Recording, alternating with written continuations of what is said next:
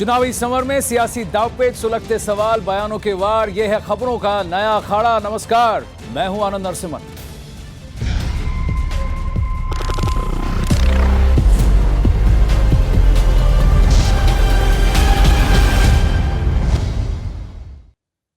अखाड़ा में आज हम सबसे पहले बात करेंगे बीजेपी के राम राग की। छत्तीसगढ़ में चुनाव प्रचार के दौरान यूपी के सीएम योगी आदित्यनाथ ने कांग्रेस पर बड़ा हमला कर दिया है। सीएम योगी ने कांग्रेस पर निशाना साधते हुए कहा कि जो भगवान राम का नहीं वो हमारे काम का नहीं। इतना ही नहीं, सीएम योगी ने कांग्रेस पर हमला करते हुए कहा कि माफिया राज भी कांग्रेस की देन है और ये शब्द इटली से आया है।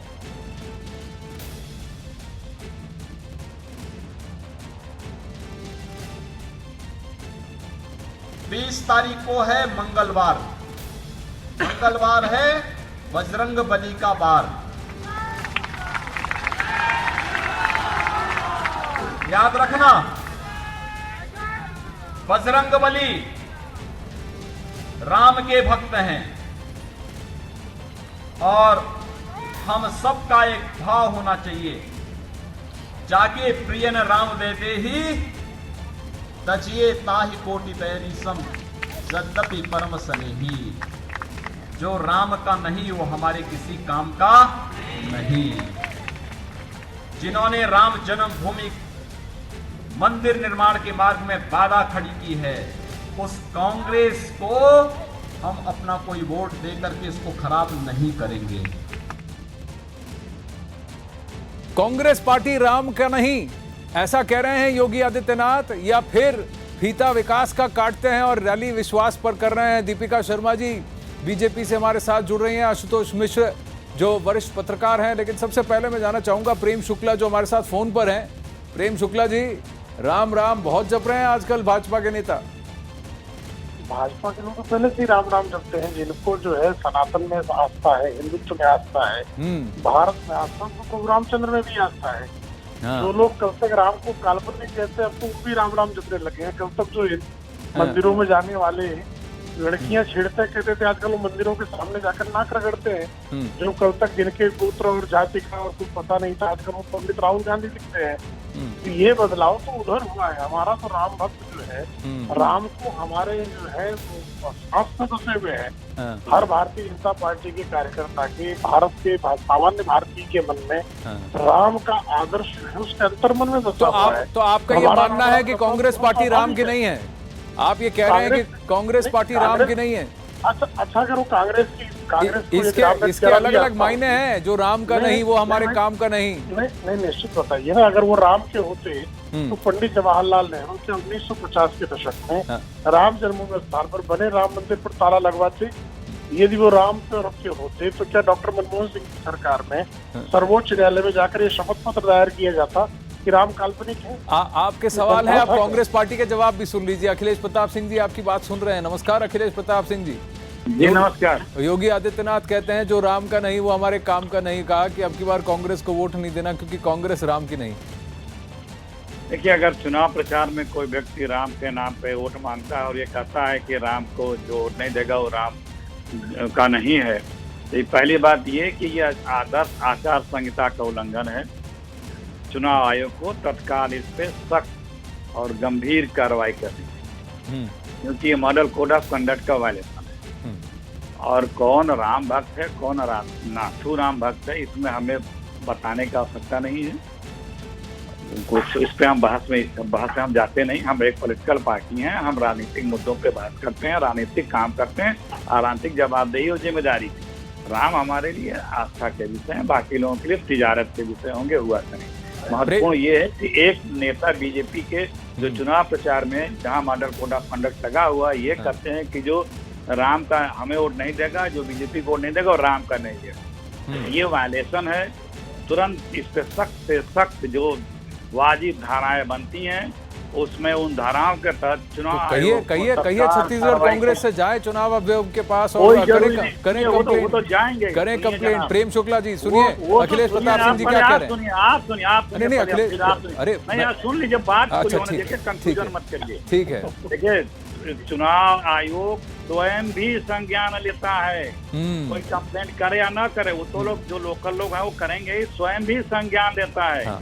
स्वयं भी अभी तक आपकी ये आपका मत है कि जो उन्होंने कहा है वो मॉडल कोड ऑफ कंडक्ट का वायलेशन है? बीजेपी से सुन लेते प्रेम शुक्ला जी, आप क्या कहेंगे कि आप राम भक्त हैं कि नाथूराम भक्त हैं, ये पूछा गया है आपसे, और दूसरा कहा गया कि जो कहा है योगी आदित्यनाथ ने ये मॉडल कोड ऑफ कंडक्ट का वायलेशन है। देखिए, एक बहुत महत्वपूर्ण प्रसंग आपको बता दो। 30 जनवरी 1948 की सुबह महात्मा गांधी ने कहा कि कांग्रेस को भंग कर देना चाहिए। शाम में उनकी हत्या हो गई।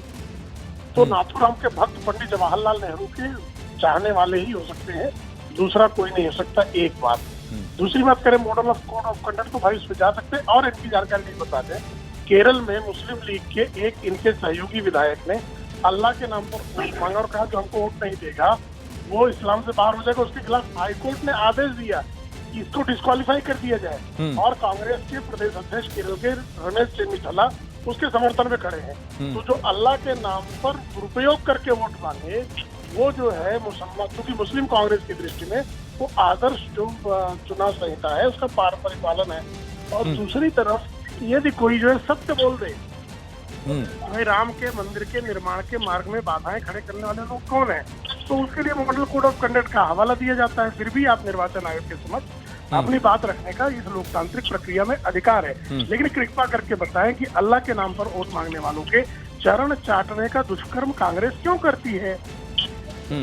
अखिलेश प्रताप सिंह जी, देखिए फिर वही लाइन पकड़ रहे हैं। देखिए, हमें वो लाइन जो पकड़ते हैं, इसका जो लेवल स्तर और जो विचारधारा होती है उस पर बहस करता। हमने कहा model of code of conduct का वायलेशन, उस पर चुनाव आयोग कार्य करे, अपना उसका अख्तियार बनता है, उसे निर्णय तुरंत इस पर एक्शन लेना चाहिए। और देखिए, इतिहास गवाह है कि रावण भी राम भक्त बन के सीता का हरण किया था।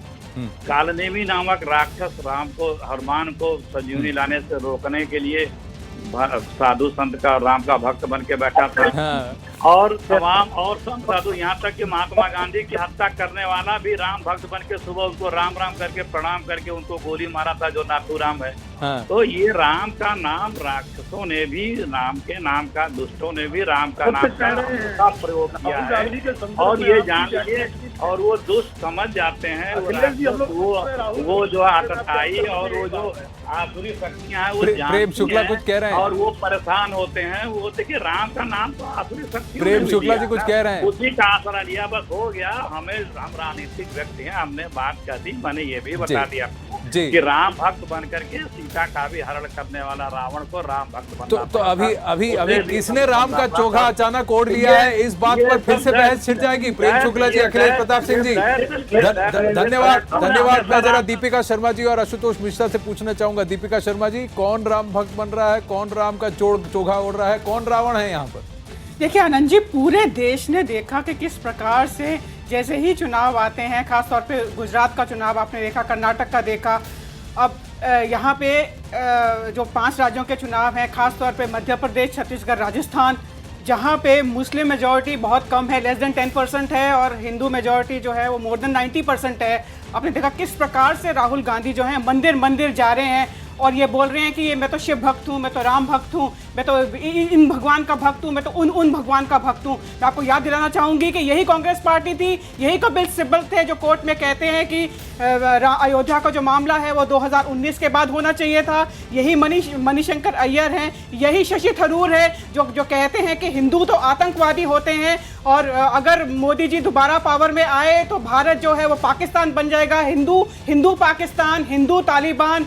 अरे पाकिस्तान से आपका प्रेम और हिंदुओं को आतंकवादी कहना, चुनावी मौसम में भगवा धारण करके फैंसी ड्रेस हिंदू बन जाना आपका एक प्रोफेशनल पेशा हो चुका है। मैं सिर्फ ये कहना चाहती हूँ कि भारतीय जनता पार्टी के लिए अयोध्या का जो मुद्दा है वो चुनावी नहीं है। हम शुरू से हमारे मैनिफेस्टो में था, आज भी था, सुप्रीम कोर्ट के फैसले की इंतजार कर रहे थे, लेकिन परंतु कोर्ट ने किन्हीं कारणवश कह दिया कि जनवरी के बाद होगा। तो इसलिए हम प्रार्थना कर रहे हैं, हमारे कैबिनेट मिनिस्टर सामने आए हैं। आज योगी जी ने कहा है कि जो राम का नहीं है वो किसी के काम का नहीं है। अरे मैं आपसे पूछना चाहती हूँ आनंद जी कि आपने इतने इंपॉर्टेंट डिबेट्स किए राम मंदिर के ऊपर, अयोध्या के ऊपर, इतने समय से चल रहे हैं, क्यों कांग्रेस का प्रवक्ता कोई राम मंदिर की डिबेट में नहीं आता? क्यों ये बोलते हैं, वहां पे बोलते हैं कि सुप्रीम कोर्ट कहेगा वो मानेंगे, अलग है। योगी आदित्यनाथ का हैं। बयान अलग है। योगी आदित्यनाथ का बयान ये है कि जो राम का नहीं वो हमारे काम का नहीं। इसके कई लेवल और मायने हैं आशुतोष मिश्र। सिर्फ कांग्रेस पे आक्षेप नहीं है।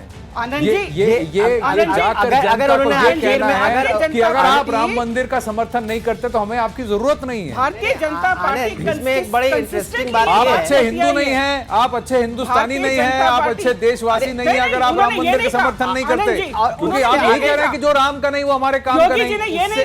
आशुतोष मिश्र, देखिए इसका इंटरप्रिटेशन कैसा भी हो सकता है। उससे एक चीज जो आपने शायद ध्यान नहीं दिया कि अगर वो आखिर में कांग्रेस शब्द इस्तेमाल नहीं करते तो वो कुछ ऐसा लग रहा था कि वो शायद एक वो प्रधानमंत्री की बात कर रहे हैं जो 4.5 साल पूरी दुनिया घूमते रहे लेकिन अयोध्या आने का उनके पास टाइम नहीं है, जो कि छोटी छोटी बातों पे ऑर्डिनेंस कर देते हैं। राहुल गांधी वो जो है सुप्रीम कोर्ट का ऑर्डर पलट देते हैं, लेकिन जहां राम मंदिर का नाम आता है हाथ ऊपर खड़े कर देते हैं कि भैया जो है बीजेपी के एमपी प्राइवेट बिल लाए, तब जो है उनकी राम भक्ति से गायब हो जाती है। तो ये जो है एक धमकी उन बीजेपी वालों पे भी है जो कि जो है उनको लगता है कि राम के भक्त नहीं है, ये सत्य वो सामने लाना चाहते हैं। सोनिया गांधी कब गई? राहुल गांधी कौन गया? कौन सा राम इनको याद आते हैं केवल जो है। जरा एक मिनट मैं जरा देखना चाहूंगा अखिलेश प्रताप सिंह हमारे साथ अभी फोन पर हैं कि नहीं। अखिलेश प्रताप सिंह जी, एक बात आप गौर फरमा रहे हैं, अब ये जो है ये प्रकरण ये चुनावी डिस्कोर्स में ये बात कही जा रही है।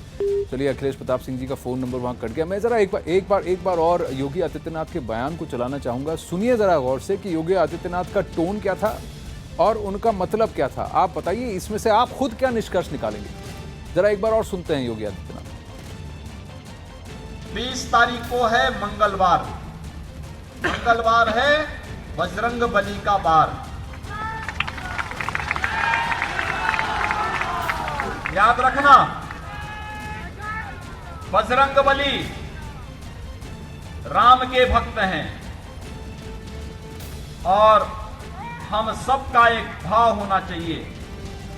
जाके प्रिय न राम देते ही तजिए ताहि कोटि पैरी सम यद्यपि परम स्नेही। जो राम का नहीं वो हमारे किसी काम का नहीं। जिन्होंने राम जन्मभूमि मंदिर निर्माण के मार्ग में बाधा खड़ी की है, उस कांग्रेस को हम अपना कोई वोट दे करके इसको खराब नहीं करेंगे।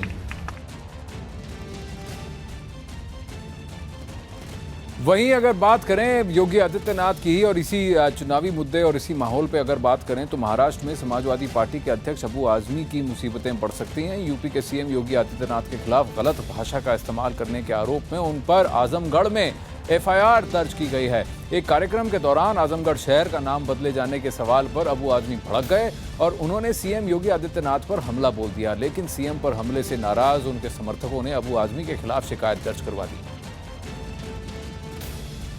आपत्तिजनक कुछ टिप्पणी की गई है जिसके आधार पर इन वादी ने मुकदमा पंजीकृत कराया है।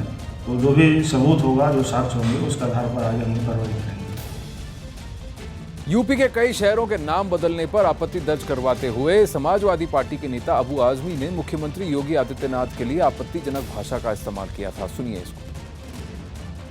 आजमगढ़ का नाम इसलिए आजमगढ़ रखा गया था कि आजम शाह साहब ने आजमगढ़ को बसाया था, योगी के बाप ने नहीं बसाया था। आजम शाह के नाम को मिटाने का मतलब ये हुआ है कि योगी साहब बिल्कुल फेल हैं, कोई काम नहीं कर सकते। सपा से हमारे साथ सुनील यादव फोन पर हैं, लेकिन दीपिका शर्मा अपना हाथ उठा रही हैं, वो कुछ कहना चाहती हैं। जी दीपिका जी, क्या कहना चाहेंगे आप सुनील यादव से? आनंद जी, ऐसा है, समाजवादी पार्टी की ये बहुत पुरानी आदत है प्रधानमंत्री के खिलाफ या हमारे नेताओं के खिलाफ अभद्र टिप्पणी करना। आपको याद होगा कि गुजरात के चुनाव थे, तब उनके जो मुख्यमंत्री थे अखिलेश यादव जी, उन्होंने क्या बात बोली थी और किस जानवर के साथ माननीय प्रधानमंत्री जी को कंपेयर किया था, मैं यहाँ टेलीविजन पे बोलना नहीं चाहती हूँ। उसी प्रकार से जो इनके नेता हैं, जिस प्रकार का गुंडाई राज इन्होंने उत्तर प्रदेश में दिया, जिस प्रकार की भाषा, अभद्र भाषा ये इस्तेमाल करते हैं, टेलीविजन के ऊपर करते हैं, प्रिंट मीडिया में करते हैं, मैं इसकी भर्त्सना करती हूँ और मैं इनको चेतना देना चाहती हूँ कि आप जितना कीचड़ उछालोगे प्रधानमंत्री के ऊपर, हमारे नेताओं के ऊपर, उतना ही कमल खिलेगा। मैं आपको याद दिलाना चाहूंगी कि जो यूपी के लड़कों का साथ था, जिस कांग्रेस पार्टी का आपने साथ दिया, उसी कांग्रेस के मणिशंकर अय्यर ने चाय वाला बोला था 2014 में, तब हमारी 282 सीट्स आई थी। आज शशि थरूर ने सुबह बोला कि जो चाय वाला है उसको नेहरू जी ने बनाया। तो मैं शशि थरूर जी और आप जैसे सारा जो महागठबंधन है उसको बताना चाहूंगी कि इस बार शशि थरूर जी के बयान पे 300 से ऊपर सीटें जाएंगी। और चलिए आप सुनील यादव को कहने दीजिए, सुनील यादव को जवाब देने दीजिए। सुनील यादव, आप क्या कहना चाहेंगे? अबू आजमी का जो रवैया था, जिस तरह से उन्होंने कहा कि समाजवादी पार्टी उसका समर्थन करती है, उनके खिलाफ अब FIR दर्ज हुई है। देखिए, मैं एक बात बिल्कुल साफ कहूंगा कि किसी भी संवैधानिक पद पर बैठे व्यक्ति या किसी भी व्यक्ति के खिलाफ इस तरीके की भाषा नहीं होनी चाहिए कि कोई ये कहे कि उनके बाप का नहीं है। लेकिन दुर्भाग्य ये है कि आज देखो ना, कौन लोग आईना दिखा रहे हैं। आज भारतीय जनता पार्टी को लोग आईना दिखा रहे हैं। ये हमारे नेता ने तो नहीं कहा ना, हमारे नेता ने कहा कि हम अमिताभ बच्चन जी से ये अनुरोध करेंगे कि वो गुजरात में गधों का प्रचार न करें। आपके मुंह में नहीं जम गया था भारतीय जनता पार्टी के नेताओं ने कहा कि मोदी जी को कह दिया ये बात, पदों पे बैठे हुए लोगों को बोलना नहीं चाहिए। मोदी जी ने भी कहा कि प्रधानमंत्री के ऊपर कीचड़ उछाला गया था आपके नेता से, आपके मुखिया से, तब आपने कुछ नहीं बोला। आज आप अबू आजमी को सस्पेंड करेंगे क्या? योगी आदित्यनाथ उत्तर प्रदेश के मुख्यमंत्री, आप सभी के मुख्यमंत्री हैं।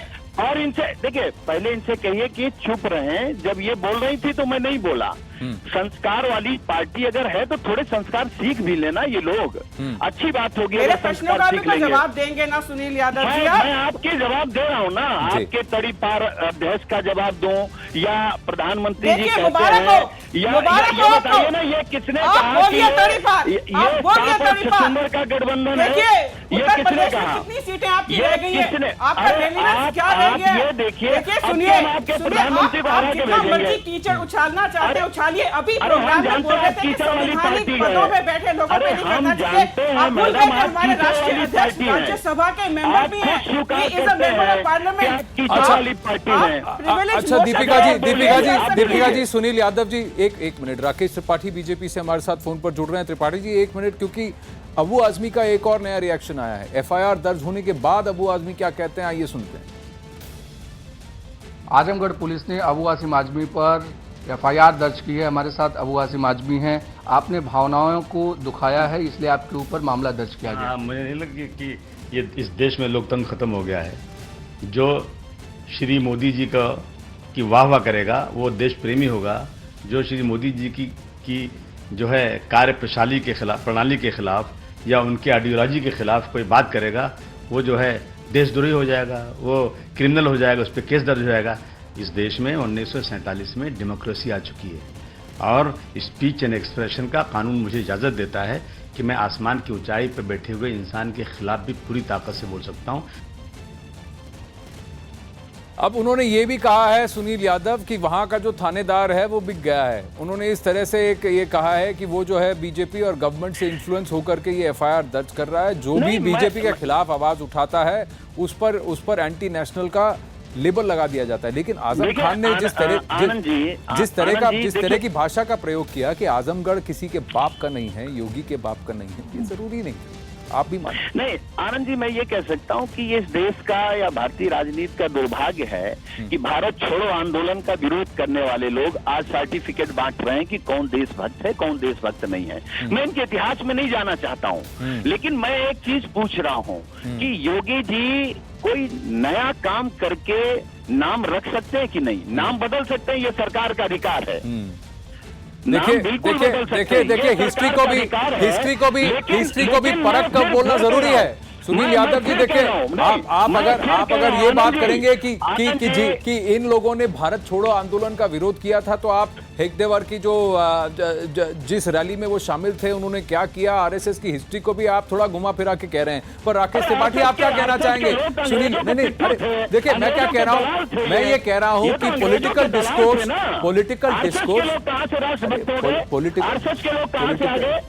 डिस्कोर्स में मैं ये कह रहा हूँ कि आरएसएस के लोग अंग्रेजों के मुखबिर थे या नहीं थे। अच्छा दीपिका जी आप जवाब दीजिए।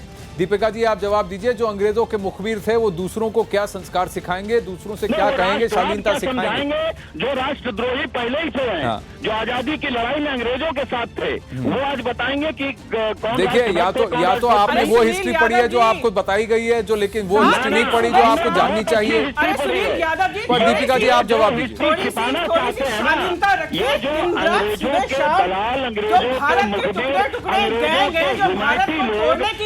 इतिहास छिपाना चाहते, इतिहास किसी को माफ नहीं करता है और ना इन लोगों को माफ करेगा इतिहास। नाइक की संस्था के साथ जुड़े हुए हैं, दिन रात सुबह शाम बैठ के अब टीवी चैनल्स में उनको डिफेंड करते हैं। आप किसका कंपैरिजन किसके साथ कर रहे हैं? मुझे तो शर्म इस बात की आती है कि आपके मुखिया एक समय में भारत के रक्षा मंत्री थे। अगर आपको नॉलेज नहीं है तो आप अपने पिताजी से पूछ लीजिए, श्री मुलायम सिंह यादव जो भारत के रक्षा मंत्री थे, कि संघ का क्या रोल है। और इसमें आप मुझे बताइए कि जिन लोगों की आप पैरवी दिन रात सुबह शाम टेलीविजन चैनल पे करते हैं, आप बताइए नेहरू जी ने संघ को क्यों बुलाया 63 की परेड में? अरे जब चीन ने भारत के ऊपर आपके कम्युनिस्ट दोस्तों ने चीन का साथ दिया उस समय। आप वो पार्टी है, आप वो पार्टी है, आपके आजमी साहब आप बोलते हैं कि भारतीय सेना में जो कारगिल अच्छा रुकिए, आप रुकिए, नहीं एक मिनट सुनील यादव जी देखिए मैं आपसे एक बात कहूंगा, अखाड़ा में आप जरूर दलील दीजिएगा लेकिन आपके दाव सही होने चाहिए, घुमा फिरा के हिस्ट्री को मत दीजिएगा। आपकी हिस्ट्री क्या कहती है कि आरएसएस ने ब्रिटिशर्स की मदद की, ब्रिटिशर्स के मुखबिर रहे। अब मैं सच्चाई बताता हूं कि हेडगेवार जी जो थे वो खिलाफत मूवमेंट के भागीदार थे। उन्होंने फॉरेस्ट सत्याग्रह जो लॉन्च किया गया था महात्मा गांधी द्वारा उसमें भी भाग लिया था। आपको ये हिस्ट्री पता थी? आपको ये हिस्ट्री पता थी? देखिए आप जो नहीं मैं ये कह रहा हूं, देखिए मैं ये कह रहा हूं कि जब आप पॉलिटिकल नहीं रुकिए, सुनिए आप दलील, आप सवाल पूछिए बीजेपी से, आप सवाल पूछिए बीजेपी से लेकिन फैक्ट्स पर पूछिए। मैं अब आपसे ये कह रहा हूं। दूसरा आपने ये कहा कि RSS people salute the saffron flag. आपने क्या कहा कि भारतीय तिरंगे को इन्होंने सलामी नहीं दी, आपने ये भी कहा। मैं आपसे ये कहता हूं कि आरएसएस जो है भगवा जो ध्वज है उसको नमन करता है, ट्राई कलर को सलाम करता है। ये दोनों में फर्क है, आप समझते नहीं है। इस जो आपका जो नैरेटिव है उसको कन्वीनियंटली आप घुमा फिरा के अगर कहिएगा तो सही नहीं है। लेकिन राकेश त्रिपाठी आप एक बात बताइए कि सपा का ये कहना है कि अबू आजमी ने जो कहा वो जरूरी नहीं है कि इस तरह से कहना चाहिए था, वो अपने शब्द चुन सकते थे, लेकिन वो ये कह रहे हैं ये कौन सी पार्टी है जो हमें शालीनता सिखा रही है? बीजेपी कहां से हमको शालीनता सिखाएगी? उनके गिरेबान में खुद तो झांक के देखें। देखिए आनंद जी, एक बात स्पष्ट है कि अबू आजमी और आजम खान ये दो समाजवादी पार्टी के ऐसे नेता हैं जिनमें परस्पर प्रतिस्पर्धा है कि कितनी ज्यादा बदजुबानी कर सकते हैं, कितनी ज्यादा मर्यादाओं को लांघ सकते हैं। और सुप्रीम कोर्ट ने स्वयं टिप्पणी की है आजम खान के संदर्भ में। अबू आजमी के परिवार के भीतर से ही आवाज उठी है कई बार। मैं मानता हूं कि ऐसी अमर्यादित भाषा का राजनीति में कोई स्थान नहीं होना चाहिए और समाजवादी पार्टी को अविलंब माफी मांगनी चाहिए, क्योंकि अबू आजमी समाजवादी पार्टी के वरिष्ठ नेता है, महाराष्ट्र इकाई के अध्यक्ष रहे हैं। और जिस तरह से उन्होंने बाप शब्द का प्रयोग किया, मुख्यमंत्री के बाप का नहीं है, वास्तविकता में ये संस्कार समाजवादी पार्टी के हैं, क्योंकि बाप बेटे की पार्टी चलाने वाली समाजवादी पार्टी बाप बेटे के अधिकार आधार पर ही आकलन करती रही है कि किसके बाप का है और उसके आधार पर ही सरकार चलाई जाती है। पर एक बात आप भी मानेंगे राकेश त्रिपाठी जी, अबू आदमी ने भी जो कहा वो सही कहा कि कोई भी शहर किसी के बाप का नहीं है, वो शहर है, वो देश का अभिन्न अंग है और उसको लोगों के समर्पित है, वो किसी के बाप का नहीं है। लेकिन हाँ, कहने का तरीका जो है वो गलत है, जिस तरह के शब्द प्रयोग किए गए, जिस टोन का इस्तेमाल किया गया वो गलत है। लेकिन इस तरह से जिस तरह से आप नाम बदल रहे हैं, जिस तरह से शहरों के नाम बदले जा रहे हैं, लोग भी तो पूछेंगे कि आपकी मंशा क्या है। ये आप उसे कंस्ट्रक्टिव क्रिटिसिज्म के तौर पे भी देख सकते हैं नाम बदल रहे हैं कि या सिर्फ क्योंकि ये अबू आजमी है, ये अबू आजमी है जिन्होंने ये सवाल पूछा, इसीलिए उनके खिलाफ आप इतनी आपत्ति जता रहे हैं। यही सवाल अखिलेश यादव पूछते तो क्या उनके खिलाफ एफआईआर दर्ज होता? बिल्कुल FIR दर्ज होगा। जो भी बदजुबानी समाज के आने को छिन्न करने का प्रयास करेगा, जो भी समाज में आने का प्रयास करेगा, निश्चित रूप से कानून के काम करेगा। चलिए आगे बढ़ते हैं। सुनील यादव जी, राकेश त्रिपाठी जी, धन्यवाद। आगे बढ़ते हैं, खबरें और भी हैं यहाँ अखाड़ा में। बात एक और एस्पेक्ट की करते हैं, एक और मुद्दे की बात करते हैं। आज चिल्ड्रंस डे है। चाचा नेहरू जी का जो एनिवर्सरी है उसे मनाया जाता है। देश के पहले प्रधानमंत्री पंडित जवाहरलाल नेहरू जी का आज सोनिया गांधी और पूर्व प्रधानमंत्री डॉक्टर मनमोहन सिंह ने शांतिवन जाकर उन्हें श्रद्धांजलि दी। इससे पहले मंगलवार को पूर्व प्रधानमंत्री जवाहरलाल नेहरू के योगदान का जिक्र करते हुए सोनिया गांधी ने सरकार पर तीखा हमला बोला।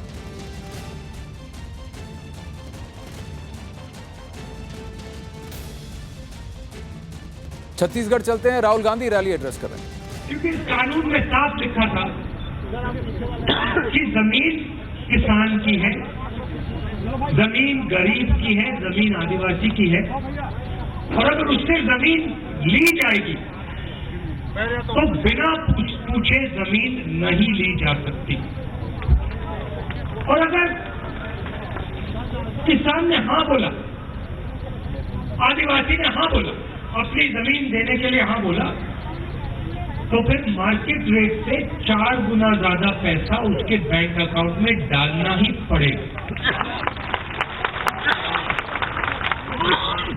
और आखिरी बात कानून में कि मान लो किसी उद्योगपति ने, किसी सरकार ने विकास के लिए, प्रगति के लिए जमीन दी और वहां कोई प्रोजेक्ट लगना है, पावर प्लांट लगना है या कोई और प्रोजेक्ट लगना है, तो अगर 5 साल के अंदर वो प्रोजेक्ट तैयार नहीं हुआ और 5 साल के अंदर उस प्रोजेक्ट का फायदा प्रदेश की जनता को और किसानों को नहीं मिला, तो वो जमीन वापस किसान के हाथ में चली जाएगी।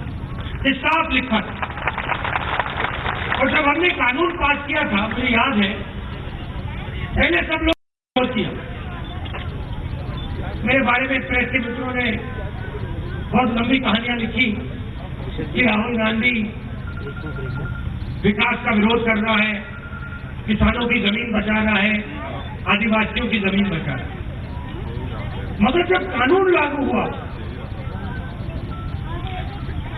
तो पता लगा कि जब किसानों को सही रेट दिया गया, जब आदिवासियों को, गरीब जनता को सही रेट दिया गया और उनकी इज्जत करके उनकी जमीन ली गई, उनकी बात सुनकर उनकी जमीन ली गई, तो उन्होंने खुशी से जमीन दी और बहुत तेजी से जमीन का मसला रिजॉल्व हो जाता है।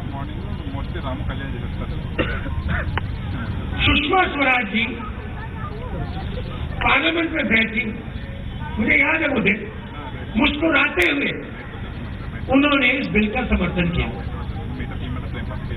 चुनाव का समय था, मुस्कुराते हुए उन्होंने बटन दबाया था पार्लियामेंट में। मोदी जी आए, उनका पहला काम जमीनी अधिकरण बिल को रद्द करने का। पार्लियामेंट में उन्होंने 3 बार कोशिश की। चलिए वापस आपको बताएंगे कि और क्या चल रहा है देश भर में। सबसे पहली बात, देश के पहले प्रधानमंत्री पंडित जवाहरलाल नेहरू को आज सोनिया गांधी और पूर्व प्रधानमंत्री डॉक्टर मनमोहन सिंह ने शांतिवन जाकर श्रद्धांजलि दी। इससे पहले मंगलवार को पूर्व प्रधानमंत्री जवाहरलाल नेहरू के योगदान का जिक्र करते हुए सोनिया गांधी ने सरकार पर तीखा हमला बोला। जवाहरलाल नेहरू पर लिखी शशि थरूर की एक किताब के लॉन्च किए जाने के समारोह में यूपीए चेयरपर्सन सोनिया गांधी, पूर्व यूपीए चेयरपर्सन सोनिया गांधी भी शामिल हुई, जहां उन्होंने देश के पहले प्रधानमंत्री की खूबियों का जिक्र किया। सोनिया गांधी ने दावा किया कि पंडित नेहरू ने देश में लोकतंत्र को मजबूत किया, लेकिन लगे हाथ आरोप भी लगाया कि मौजूदा सरकार में नेहरू की विरासत को चुनौती दी जा रही है। Precious legacy is being undermined daily by those who rule us today. They express disdain and contempt for Nehru. If today we have a Chaiwala as Prime Minister, it's because Nehru ji made it possible to create the institutional structures. ये वही मौका था जब शशि थरूर ने ये कहा कि it's because of Nehru, Nehru ji की वजह से है कि आज एक चाय वाला प्रधानमंत्री है देश का। इस पर भी बड़ा बवाल था, लेकिन उधर बीजेपी के सांसद सुब्रमण्यम स्वामी ने नेहरू पर देश को बर्बाद करने का आरोप लगाया। अभी भी नेहरू का बहुत चलता है और नेहरूइट्स भी चलते हैं हमारी पार्टी में। नेहरू ने देश को बर्बाद किया है, देश का पुराना इतिहास के कारण आज भी हम खड़े हैं। नेहरू ने जो आज लोग आज़ादी की बात करते हैं या स्वाधीनता की बात करते हैं विचारों का, पहला अंकुश लगाया था Jawaharlal Nehru. First amendment constitution, पहली जो संशोधन है हमारे संविधान का, वो जवाहरलाल नेहरू लाए थे। वास्तविकता तो यह है कि नेहरू की लेगेसी को हाईजैक भाजपा नहीं कर रही, ये कोई राजनीतिक पार्टी नहीं कर रही, भारत के लोग कर रहे हैं। हम ये ना भूलें, ये तीसरी पीढ़ी आज़ादी के बाद, वो पिछले कुछ वर्ष जाते रहे जब वंशवाद, परिवारवाद, तथाकथित लोकतंत्र के साए में पलता रहा और कुछ एक परिवार उसके अलावा आर्थी रहे। अब वो ज़माना जाता रहा। वहीं राहुल गांधी ने देश के पहले प्रधानमंत्री को याद करते हुए ट्विटर पर लिखा कि पंडित नेहरू की जयंती पर उन्हें सम्मान देने का सबसे अच्छा तरीका है कि हम आज़ादी, लोकतंत्र, समाजवाद और धर्मनिरपेक्षता के लिए खुद को फिर से समर्पित करें। ये वो मूल्य थे जिन पर नेहरू विश्वास करते थे और उनके लिए लड़ाई लड़ी। ये वो मूल्य हैं जो हमारे देश को एक सूत्र में बांधते हैं, ऐसा कहा। प्राइम मिनिस्टर नरेंद्र मोदी ने भी ट्विटर पर पंडित जवाहरलाल नेहरू को याद करते हुए लिखा कि पंडित जवाहरलाल नेहरू की जयंती पर अपने पहले प्रधानमंत्री की याद कर रहा हूँ। हम स्वतंत्रता संग्राम में उनके योगदान और प्रधानमंत्री के तौर पर हम उनके कार्यकाल को याद करते हैं। तो आशुतोष मिश्रा जी, नेहरू जी की लेगेसी को क्या कोई हाईजैक कर रहा है, क्या कोई उसको डिमीन कर रहा है, या कोई ये कह रहा है कि नेहरूवियन आइडियोलॉजी और जो पॉलिटिक्स है उसके अलावा भी एक विचारधारा है जिसको मौका दिया जाना चाहिए? अगर हम देखें, हाईजैक की बात नहीं है यहाँ पे। जो सवाल उठ रहा है कि नेहरू जी के जो महत्व है उसको कम करने की कोशिश करी जाती है और जो है ये दिखाया जाता है कि नेहरू जी और सरदार पटेल में नहीं पटती थी वगैरह वगैरह। ये बात उस पर है और प्रधानमंत्री ने बहुत सही बात कही, क्योंकि जब प्रधानमंत्री को अगर आप देखें तो नेहरू जी की 3 चीज़ें वो भी कॉपी करते हैं। एक है नेहरू जैकेट, दूसरा है बच्चों में वो जो चाचा नेहरू थे तो उसको लेके वो एग्ज़ाम वॉरियर, बच्चों के साथ मिलते जुलते हैं, और तीसरा जो नेहरू जी ने भारत को नॉन अलाइंड मूवमेंट का लीडर बनाया, उसके फॉलो करते हुए वो जो है पूरे दुनिया में घूम के करना चाहते हैं। यहाँ पे पर वही आप ये नहीं मानेंगे कि नेहरू जी कोटेड हैं, उनके जो क्लोजेस्ट एडवाइजर थे उन्होंने ये कोट किया है कि सोमनाथ मंदिर को फिर से बनाने के खिलाफ थे जवाहरलाल नेहरू। जिस तरह से कश्मीर के साथ शेख अब्दुल्ला के साथ जो एग्रीमेंट किया गया, आर्टिकल 370 को लाया गया एंड बतौर बाद में उसको इंप्लीमेंट किया गया, क्लोज रूम डोर जिस तरह से शेक हैंड किया गया, जम्मू कश्मीर का मसला आज तक उलझा हुआ है, ये सारे क्रिटिसिज्म्स हैं अगेंस्ट जवाहरलाल नेहरू। दीपिका जी, आप क्या कह रही हैं? भाजपा जानबूझकर नेहरू जी को कम दिखाने की कोशिश कर रही है या फिर बाकी स्वतंत्रता सेनानियों को अब और उजागर करने की कोशिश कर रही है? आप बताइए। से भिन्न हो सकते थे। विषय केवल एक सोमनाथ का नहीं है, विषय केवल एक सोमनाथ मंदिर का नहीं है। आप देखिएगा कि किस प्रकार से जिस तरीके से आपने बताया कि कश्मीर की इतनी बड़ी समस्या हमारे सामने आके खड़ी हो गई और फर्स्ट अमेंडमेंट उन्होंने कॉन्स्टिट्यूशन का इसलिए किया क्योंकि वो कश्मीर को यूएन में लेके जा सके। मैं दूसरी बात ये पूछना चाहूंगी कि नेहरू जी ठीक थे, लेकिन उसके बाद जो परिवारवाद, वंशवाद का सिलसिला चला, जो उन्होंने भारत रत्न अपने आप को ही दिया, फिर उनकी बेटी ने अपने आप को दे दिया, फिर इन्होंने राजीव गांधी को दे दिया। भारत रत्न की बात थी, वो डॉक्टर राजेंद्र प्रसाद ने उसमें क्लियर किया था कि पंडित नेहरू उसके खिलाफ थे और ये उनका क्या हुआ था। तो ये आप एक उनपे गलत बार आप उनपे गलत जो है आरोप लगाते हैं, आप ये गलत लगाते हैं। वो 17 साल उन्होंने राज किया, देखिए उन्होंने ऐसा सिस्टम क्रिएट किया कि कोई भी आगे बढ़ सके। एक बात बताइए, मैं बस इतना कहना चाहूंगा कि पंडित जवाहरलाल नेहरू ने जो अपने कार्यकाल में देश को अपने हिसाब से सुदृढ़ करने की बहुत सारी कोशिशें की, लेकिन ऐसे लोगों को अखाड़ा में मैं इस भारत रत्न की छोटे से पॉइंट के साथ मैं अखाड़ा को समाप्त करना चाहूंगा। हमारे पास वक्त कम हो चला है। दीपिका शर्मा जी और आशुतोष मिश्रा जी, एक बात बताइए कि सरदार पटेल, बाबा साहब भीमराव अंबेडकर और नेताजी सुभाष चंद्र बोस, इनको हमने कितना याद किया हमारे पन्नों में, स्कूलों में। एक एक चैप्टर भी हमारे नाम नहीं, इनके नाम सुपुर्द नहीं थे, लेकिन नेहरू जी की लेगेसी और महात्मा गांधी को लेकर हमने बहुत सारे पृष्ठ और बहुत सारे चैप्टर्स पढ़े। कहीं ना कहीं क्रिटिसिज्म तो है जवाहरलाल नेहरू जी की आइडियोलॉजी पर, लेकिन क्या उनकी लेगेसी को इस तरह से हाईजैक किया जाना चाहिए, उसको कम दिखाना चाहिए? ये आप सोचिए, आप बताइए कि आपका दाव क्या होगा। अखाड़ा में वक्त इतना ही, लेते हैं एक छोटा सा ब्रेक। खबरें आगे और भी न्यूज़ 18 इंडिया पर।